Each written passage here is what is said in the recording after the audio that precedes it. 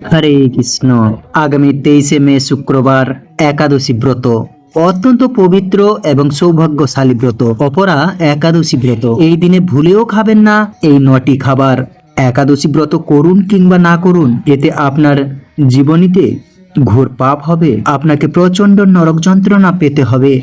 অপরা একাদশী ব্রত কোনো সাধারণ ব্রত নয়। এই একাদশী ব্রত পালন করলে ব্যক্তির জন্মার্জিত পাপ সকল ভস্মীভূত হয়ে যায়। স্বয়ং ভগবান শ্রীকৃষ্ণ বলেছেন ব্রহ্মাণ্ড পুরাণের কথা, এই ব্রত পালন করলে ব্যক্তি জগতে প্রসিদ্ধি লাভ করে। ব্রহ্মহত্যা, গোহত্যা, ভ্রূণ হত্যা, পরনিন্দা, পরস্ত্রী গমন, মিথ্যা ভাষণ প্রভৃতি গুরুতর পাপ হতে এই ব্রত পালনে নষ্ট হয়ে যায়। যারা মিথ্যা ভাষণ, মিথ্যা স্বাক্ষর দান করে, ওজন বিষয়ে ছলনা করে, শাস্ত্রের মিথ্যা ব্যাখ্যা প্রদান করে, জ্যোতিষের মিথ্যা গণনা ও মিথ্যা চিকিৎসায় রত থাকে, তারা সকলেই নরক যাতনা ভোগ করে। ওই সমস্ত ব্যক্তিরাও যদি এই ব্রত পালন করে তবে তারাও সমস্ত পাপ থেকে মুক্ত হয়। ক্ষত্রিয় যদি যুদ্ধক্ষেত্র থেকে পালিয়ে যায় তবে সে ঘোরতর নরকগামী হয়, কিন্তু সেও যদি এই ব্রত পালন করে স্বর্গগতি লাভ করবে। তো দেখুন আমরা কতই না সৌভাগ্যশালী। এই কলিযুগে জীবের উদ্ধার লাগে ভজিব মহামন্ত্র কৃষ্ণ নাম। আবার একাদশী পালন করে সমস্ত পাপ থেকে মুক্ত হতে পারি কেবলমাত্র শুধুমাত্র একাদশী ব্রত সঠিকভাবে পালন করলে। ভগবান শ্রীহরি বিষ্ণু আমাদের উদ্ধারের জন্য কতই না ভেবেছেন, আর আমরা অবুঝ মায়ায় রত মানুষ এসব অবহেলা করছি, অজুহাত দেখাই। আমি উপবাস থাকতে পারবো না, উপবাস থাকলে আমার অমুক হয় তমুক হয়। ভগবান আমাদের জন্য এত কিছু ভেবেছেন, আমরা সেই ভগবানের সন্তুষ্টি বিধানের জন্য এইটুকু ব্রত করতে পারছি না। সেই জন্যই তো এত দুঃখ কষ্ট, এত রোগ আক্রান্ত হচ্ছে। সেই জন্য দেখুন, চেষ্টা করুন অন্ততপক্ষে এই একাদশীটি পালন করুন। সকল পাপ থেকে মুক্তি হবেন এবং সকল দুঃখ কষ্ট থেকে মুক্তি পাবেন। এই একাদশী পালনের নিয়ম ও এই একাদশীর দিনে শুধু অপরা একাদশী ব্রত নয়, প্রত্যেকটি একাদশী ব্রতের দিনে কি খাবেন কি খাবেন না এবং কি কি নিয়ম পালন করতে হবে, কখন এই একাদশী ব্রত করতে পারবেন, কারা কারা এই ব্রত করতে পারবেন, এই ভিডিও থেকে আপনারা সবকিছু জেনে যাবেন। সকলকে স্বাগত জানাচ্ছি আমাদের প্রভুবার্তা চ্যানেলে। আমরা সব সময় চেষ্টা করি এইরকমই সনাতন ধর্মের ধর্মীয় তথ্যগুলোকে এবং নানা দেবদেবীর ব্রত কথা ও 12 মাসে 13 পার্বণের সকল গুরুত্বপূর্ণ তথ্যগুলোকে আপনাদের সাথে উপস্থাপনা করতে, শেয়ার করতে। তাই আসুন আগামী কিছুক্ষণ সময় ধৈর্য ধরে আজকের এই অপরা একাদশীর বিশেষ গুরুত্বপূর্ণ তথ্যগুলো জেনে নিই। আশা করছি সমৃদ্ধি লাভ করবেন। ভালো লাগলে অবশ্যই একটা লাইক করে ভগবান শ্রীকৃষ্ণের নামটি অথবা লক্ষ্মীনারায়ণের নামটি একবার হলেও লিখে যাবার অনুরোধ জানাচ্ছি। তো প্রথমত হচ্ছে এই একাদশী কখন পালন করতে হবে, কখন থেকে শুরু এবং কখন শেষ, এবং পালন কখন করতে হবে সর্বপ্রথম জেনে নিচ্ছি। অপরা একাদশী অত্যন্ত পবিত্র ও গুরুত্বপূর্ণ এই একাদশী। এই উপবাস পালন করলে সমস্ত পাপ থেকে মুক্তি পাওয়া যায় এবং গঙ্গায় পবিত্র স্নান, সোনা, জমি বা গরু দান করার সমতুল্য ফল লাভ হয় এই অপরা একাদশী ব্রত পালন করলে। উপবাস পালনকারীরা ধন, সমৃদ্ধি, সুখ এবং সামাজিক প্রতিপত্তি লাভ করেন। মোক্ষ লাভের পথ ও সহজ হয়ে যায়। এই ব্রত ভগবান বিষ্ণুর উদ্দেশ্যে উৎসর্গ করা হয় এবং তার ঐশ্বরিক আশীর্বাদ লাভের একটি শক্তিশালী উপায় বলে বিশ্বাস করা হয়। মূলত এই একাদশী জ্যৈষ্ঠ মাসের শুক্লপক্ষের একাদশী তিথিতে অপরা একাদশী পালন করা হবে। অপরা একাদশীর তিথি শুরু হচ্ছে মূলত 22শে মে 2025 খ্রিস্টাব্দ বৃহস্পতিবার 7ই জ্যৈষ্ঠ রাত্রি 8টা 35 এবং শেষ হবে মূলত 8ই জ্যৈষ্ঠ 23শে মে 2025 খ্রিস্টাব্দ শুক্রবার সন্ধ্যা 6টা 28 তাই উদয়া তিথি মেনে আমাদের এই একাদশী ব্রত পালন করতে হবে 23শে মে শুক্রবার। এবং তো দেখুন একাদশীর পালনটা কিন্তু খুবই জরুরি। দেখুন কষ্ট করে একাদশী করলাম, রাত্রি জাগরণ করলাম, আর যদি পালনটা না করি তাহলে একাদশী ব্রতের ফল আংশিক লাভ করবেন। পালনটি যথাসময়ের মধ্যে করলে পূর্ণ ফল লাভ করা যায়। তো পালনটা খুবই জরুরি এবং গুরুত্বপূর্ণ। তো সেই পালনটা কখন করতে হবে সেটা জেনে নিচ্ছি। পালন করতে হবে পরের দিন অর্থাৎ শনিবার। বাংলাদেশ ও ঢাকা পালনের সময় হচ্ছে সকাল 5টা 12 থেকে 9টা 41 মধ্যে, এবং কলকাতা সহ পুরো ভারতবর্ষে পালনের সময় হচ্ছে সকাল 4:53 থেকে 9:19 মধ্যে আমাদের এই অপরা একাদশী ব্রত ভঙ্গ করতে হবে বা পালন করতে হবে। আমরা শুক্রবার 23 মে এই একাদশী ব্রত পালন করব এবং পরের দিন অর্থাৎ শনিবার 24 মে আমরা এই ব্রতের পালন অথবা এই ব্রত ভঙ্গ করব। ঢাকা ও বাংলাদেশে পালনের সময় হচ্ছে সকাল 5:12 থেকে 9:41 মধ্যে এবং কলকাতা সহ পুরো ভারতবর্ষে পালনের সময় হচ্ছে 4:53 থেকে 9:19 মধ্যে এই ব্রতের পালন করতে হবে বা ব্রত ভঙ্গ করতে হবে। আমরা একাদশী যত ভালোভাবে পালন করি না কেন, পালনটা হচ্ছে সব থেকে গুরুত্বপূর্ণ বিষয়। আমাদের একাদশী পালনের যে সময় দেওয়া আছে সেই সময়ের মধ্যে পঞ্চরবি শস্য ভগবানকে নিবেদন করে প্রসাদ গ্রহণ করে পালন করা একান্তই দরকার, নতুবা একাদশীর কোনো ফল লাভ হয় না। একাদশীর পালন মন্ত্র হলো একাদশাং নিরাহার বতে নানো কেশব রসিত সম্মুখনাথ জ্ঞানদৃষ্টি প্রদভব। এই মন্ত্র পাঠ করে নির্দিষ্ট সময়ের মাঝে পালন করতে হবে। একাদশী ব্রত পালনের প্রকৃত উদ্দেশ্য কেবল উপবাস করা নয়, নিরন্তর ভগবান শ্রীকৃষ্ণের নাম স্মরণ মনন ও শ্রবণ কীর্তনের মাধ্যমে একাদশীর দিন অতিবাহিত করতে হয়। তাই যথেষ্ট সময় পেলে বেশি বেশি হরি নাম জপ করুন। একাদশী পালনের সময় পরনিন্দা, পরচর্চা, মিথ্যা ভাষণ, ক্রোধ, দুরাচার, স্ত্রী সহবাস সম্পূর্ণরূপে নিষিদ্ধ। অপরা একাদশী মাহাত্ম্য। মহারাজ যুধিষ্ঠির শ্রীকৃষ্ণকে বললেন, হে কৃষ্ণ, জ্যৈষ্ঠ মাসের কৃষ্ণপক্ষে একাদশীর নাম কি এবং তার মাহাত্ম্যই বা কী?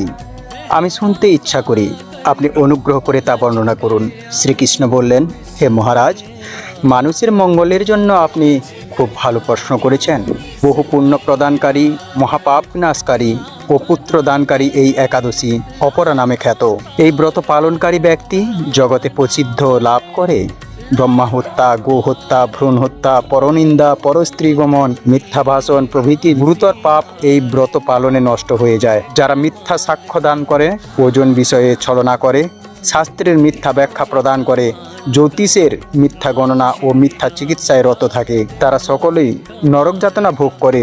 এ সমস্ত ব্যক্তিরাও যদি এই ব্রত পালন করে তবে তারা সমস্ত পাপ থেকে মুক্ত হয়। ক্ষত্রিয় যদি স্বধর্ম ত্যাগ করে যুদ্ধক্ষেত্রে থেকে পালিয়ে যায় তবে সে ঘোরতর নরকগামী হয়, কিন্তু সেও এই ব্রত পালনে মুক্ত হয়ে স্বর্গগতি লাভ করে। মকর রাশিতে সূর্য অবস্থানকালে মাঘ মাসে প্রয়াগ স্নানে যে ফল লাভ হয়, শিবরাত্রিতে কাশীধামে উপবাস করলে যে পুণ্য হয়, গয়াধামে বিষ্ণু পাদপদ্মে পিণ্ডদানে যে ফল পাওয়া যায়, সিংহ রাশিতে বৃহস্পতির অবস্থানে, গৌতম নদীতে স্নানে, কুম্ভে কেদারনাথ দর্শনে, বদ্রিকাশ্রম যাত্রায় ও বদ্রিকা নারায়ণ সেবায়, সূর্যগ্রহণে, কুরুক্ষেত্রে স্নানে, হাতি ঘোড়া স্বর্ণদানে এবং দক্ষিণাসহ যজ্ঞ সম্পাদনে যে ফল লাভ হয়, এই ব্রত পালন করলে অনায়াসে সেই ফল লাভ হয়ে থাকে। এই অপরা ব্রত পাপরূপ বৃক্ষের কুঠার স্বরূপ, পাপরূপ কাষ্ঠের দাবাগ্নের মতো, পাপরূপ অন্ধকারে সূর্য সদৃশ্য এবং পাপ হস্তির সিংহর স্বরূপ। এই ব্রত পালন না করে যে ব্যক্তি জীবন ধারণ করে জলে বুঁদ বুঁদের মতো, তাদের জন্ম মৃত্যুই কেবল সার হয়। অপরা একাদশীতে উপবাস করে বিষ্ণু পূজা করলে সর্বপাপ মুক্ত হয়ে বিষ্ণু লোকে গতি হয়। এই ব্রত কথা পাঠ ও শ্রবণ করলে সহস্র গোদানের ফল লাভ হয়। ব্রহ্মাণ্ড পুরাণে এই ব্রত মাহাত্ম্য বর্ণনা করা হয়েছে। তাই আমরা সবাই বুঝতে পারলাম যে এই অপরা একাদশী ব্রতের ফলে আমাদের কি কি পাপ থেকে মুক্ত হতে হবে, কি কি পাপ মুক্ত হয়ে যাবে, পাপ বিনাশ হয়ে যাবে। তাই আমরা সবাই মিলে আসুন এই অপরা একাদশী ব্রত পালন করি এবং আমাদের সমস্ত পাপ থেকে মুক্ত হই। হরে কৃষ্ণ। হরে কৃষ্ণ। সনাতন ধর্মে প্রতিটি দিনকে এক বা অন্য ঈশ্বরকে উৎসর্গ করা হয়। ভক্তরা প্রতি মাসে 2 বার একাদশীর ব্রত পালন করে থাকেন, অর্থাৎ উভয় সময়ে আর্ধমাসিকে পূর্ণ ভক্তি সহকারে ও বিশ্বাসের সাথে পূজা পাঠ ও পালন করে থাকেন। এই ব্রত ও উপবাস পালন করলে চিরস্থায়ী ফল লাভ করা যায় বলে আমাদের সবারই বিশ্বাস। একাদশীর দিন ভক্তরা ঘরে সুখ ও সমৃদ্ধি বজায় রাখতে উপবাস রাখেন। একাদশী কৃষ্ণপক্ষে একটি ও শুক্লপক্ষে একটি, তবে একাদশীর দিন বেশ কিছু নিয়ম মেনে চলা আবশ্যক সনাতন ধর্মে রয়েছে। একাদশীতে কি বিধিনিষেধ মেনে চলতে হয় ও পালন করতে হয়। একাদশীতে পঞ্চরবি শস্য গ্রহণ নিষিদ্ধ, যদি গ্রহণ করেন ব্রত নষ্ট হবে। একাদশী ব্রত করলে যে কেবল নিজের জীবনের সদ্গতি হবে শুধু তাই নয়, একাদশী পালনকৃত ব্যক্তির মৃত পিতা মাতা ও নরকে গমন থেকে উদ্ধার হবে। কি খাবেন, কি বর্জন করবেন, একাদশীতে কি কি বিধিনিষেধ রয়েছে একাদশীতে কি বিধি নিষেধ মেনে চলবেন, একাদশীতে কি শ্রাদ্ধ করা যাবে, কি কি নিয়ম রয়েছে, মাসিক চলাকালীন কি একাদশী ব্রত করতে পারবেন, একাদশীতে কি লবণ খাওয়ার নিয়ম রয়েছে, একাদশীতে কি বাদাম খাওয়ার নিয়ম আছে, একাদশীর দিন যদি কারো মৃত্যু হয় তাহলে কি করবেন, একাদশীর আগের দিন কি সহবাস করতে পারবেন, একাদশীতে কি ওষুধ খেতে পারবেন, একাদশীতে কি সাগু খাওয়ার নিয়ম রয়েছে, একাদশীতে কি জল খেতে পারবেন, একাদশী চলাকালীন কি আপনি সিগারেট খেতে পারবেন। আজকের মূল বিষয় হলো 11টি, যা আপনাদের ও জন্মান্তরের অনেক পাপ থেকে পরিত্রাণ পাওয়া যায়। এতে আমাদের অনেক পাপ মোচন হয়। একাদশীর উপবাস প্রতি মাসে 2 বার পালন করা হয়। বছরে 24টি একাদশী পালন করার রীতি বা নিয়ম রয়েছে। হিন্দু শাস্ত্রে অনুযায়ী হিন্দু ধর্মের প্রতিটি উৎসব এবং উপবাসের নিজস্ব পূর্ণ ফল রয়েছে।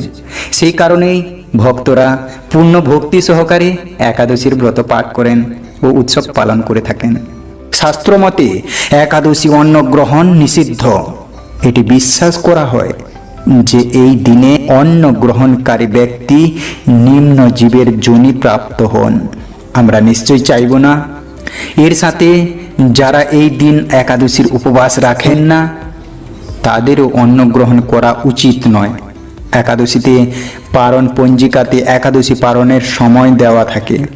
সেই সময়ের মধ্যে ভগবানকে ভোগ নিবেদন করা, প্রসাদ গ্রহণ করার পরেই পালন করতে হয়, নতুবা একাদশী পালনের কোনো ফল লাভ হয় না এবং আপনাকে নরকবাসী হতে হয়। একাদশী ব্রত পালনের প্রকৃত উদ্দেশ্য কেবল উপবাস নয়, নিরন্তর শ্রী বিষ্ণুর নাম জপ, মনে ও শ্রবণ কীর্তনের মাধ্যমে একাদশীর দিন অতিবাহিত করতে হয়। ধর্মীয় মতামত অনুসারে একাদশীর দিন ব্রহ্মচর্য পালন করা উচিত। একাদশী সময়টি ভগবান শ্রী বিষ্ণুকে উৎসর্গ করা হয় বলে মনে করা হয়। তাই এই দিনে ভগবান শ্রী বিষ্ণুর যথাযথ আরাধনা ও উপাসনা করলে সুখ এবং সমৃদ্ধি ও সৌভাগ্য লাভ হয়। একাদশীতে তর্ক বিতর্ক থেকে বিরত থাকতে হয়। এই দিনে আরো বেশি জগৎপালক শ্রী বিষ্ণুর নাম ধ্যান করা উচিত। একাদশীর দিনে কখনো কোনো মহিলাকে অপমান করা যাবে না। এটি বিশ্বাস করা হয় যে এই দিনটিতে যারা মহিলাদের অপমান করবে তারা আজন্ম দুর্ভোগ ভোগ করবেন। কারণ শ্রী বিষ্ণুর পত্নী মাতা লক্ষ্মী দেবী যমদূতেরা মৃত ব্যক্তিকে নিয়ে যমালয়ের দিকে যাত্রা শুরু করেন, তবে 13, 15, 20 অথবা 30 দিনে শ্রাদ্ধ বা পিণ্ডদান করলে সেই পিণ্ড খাবে কে? ব্রাহ্মণেরা। এইভাবে আমাদেরকে ভুল পথে চালিত করছে। এই জন্য আমাদের ধর্মকে ভালোভাবে জানতে হবে। মাসিক চলাকালীন কি একাদশীর ব্রত পালন করা নিয়ম রয়েছে? এক্ষেত্রে শ্রী শ্রী হরিভক্ত বিলাসে শ্রী সনাতন গোস্বামীর পাদ মহর্ষি সিংহের কথা উল্লেখ করে সম্পুষ্ট দিক নির্দেশনা রয়েছে। একাদশাং না ভুজিত্থাহ নারী দৃষ্ট রজস্যাপি, অর্থাৎ নারী যদি রজস্বলাও হয় তথাপি একাদশীতে খাদ্য গ্রহণ করবে না, অর্থাৎ মাসিক হলেও একাদশী পালন কর্তব্য। একাদশীতে কি লবণ খাওয়ার নিয়ম রয়েছে? হ্যাঁ, অবশ্যই সন্দুক লবণ ব্যবহার করতে পারবেন। এটা সকল উপবাসের জন্য প্রযোজ্য। একাদশীতে কি বাদাম খাওয়ার নিয়ম রয়েছে? হ্যাঁ, বাদাম ছাড়াও অন্যান্য খাবার যেমন দুধ, কলা, আপেল, আঙ্গুর, আনারস, আখ, আমড়া, তরমুজ, বেল, মিষ্টি, আলু ও লেবুর শরবত ইত্যাদি ফলমূল খাওয়ার নিয়ম আছে, খেতে পারেন। একাদশীতে মৃত্যু হলে কি করণীয়? একাদশী থাকাকালীন যদি কারো মৃত্যু হয় তাহলে সে স্বর্গে নয় তৎক্ষণাৎ বৈকুণ্ঠ লোকে গমন করে। একাদশীর আগের দিন কি সহবাসের নিয়ম আছে? না, একাদশী পালনের সময় আমাদের অবশ্যই সংযমী হতে হবে। একাদশীর আগের দিন সহবাস সম্পূর্ণভাবে নিষিদ্ধ। একাদশীতে কি ঔষধ খাওয়ার নিয়ম রয়েছে? একাদশী, জন্মাষ্টমী ইত্যাদি উপবাসে ঔষধ খেলে উপবাস বা ব্রত ভেঙে যাবে না। এর প্রমাণ স্বরূপ হরিভক্তি বিলাসে 1280 এবং জৈব ধর্মগ্রন্থে মহাভারতের উদ্ধব পর্ব থেকে উল্লেখপূর্বক বলা হয়েছে, অষ্টিতানা ব্রতাঘ্রাণী আপমূলং ফলং পয়ঃ হবিব্রাহ্মণ্য কাম্য চ গুরুবচন্নমৌষধম। অতএব 8টি দ্রব্য গ্রহণে ব্রত ভেঙে যায় না। তা হলো জল, মূল, ফল, দুধ, ঘৃত, ব্রাহ্মণ কাম্য, গুরুদেবের বচন এবং ঔষধ। ঔষধে যদি পঞ্চরবি শস্য মেশানো থাকে তাহলেও তা গ্রহণ করা যাবে, কারণ ঔষধের মধ্যে বিভিন্ন দ্রব্যাদির মিশ্রণ থাকাটা স্বাভাবিক। যেহেতু মূল শ্লোকের মধ্যে ঔষধম শব্দটি রয়েছে, তাই যে দ্রব্য দিয়েই তৈরি হোক না কেন, যদি তা রোগ নিরাময়ের ঔষধ হয় তবে উপবাসে তা সেবন করা অনিবার্য, বাধা নেই। একাদশীতে কি সাগু খাওয়ার নিয়ম আছে? একাদশীর তিথির সময়ের মধ্যে চাল, গম, তেল, যব, ভুট্টা এই 5 প্রকার শস্য থেকে প্রস্তুত কোনো প্রকার খাবার গ্রহণ নিষেধ। একাদশী তিথির দৈর্ঘ্য সাধারণত 26-27 ঘন্টা।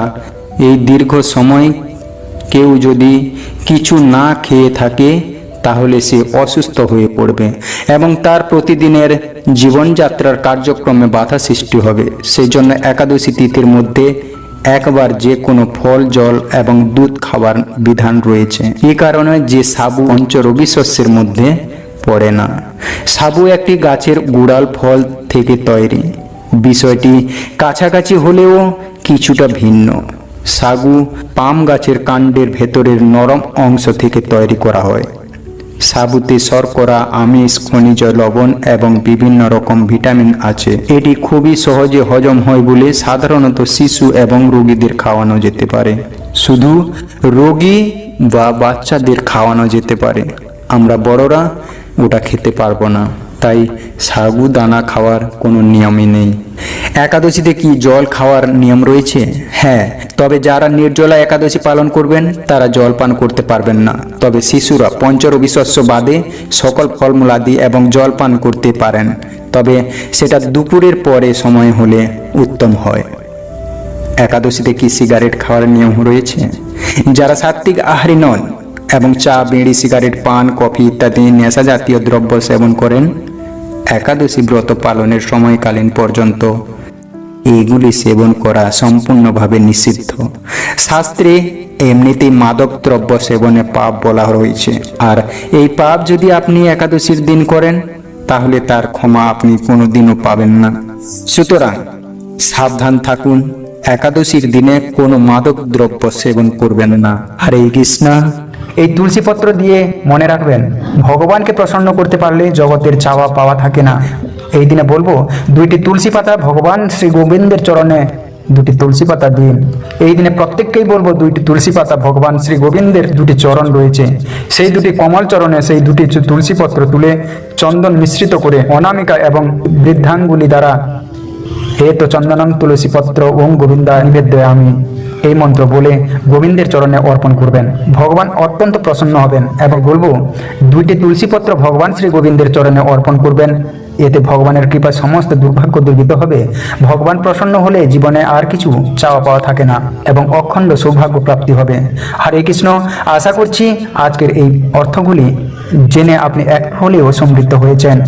যদি ভালো লেগে থাকে তাহলে অবশ্যই একটি লাইক করবেন এবং কমেন্টে জয় শ্রীকৃষ্ণ নামটি একবার হলেও লিখে জানাবেন।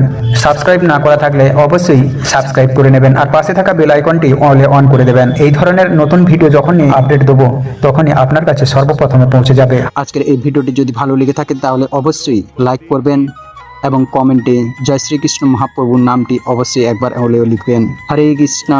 জয় নিতাই। রাধে রাধে।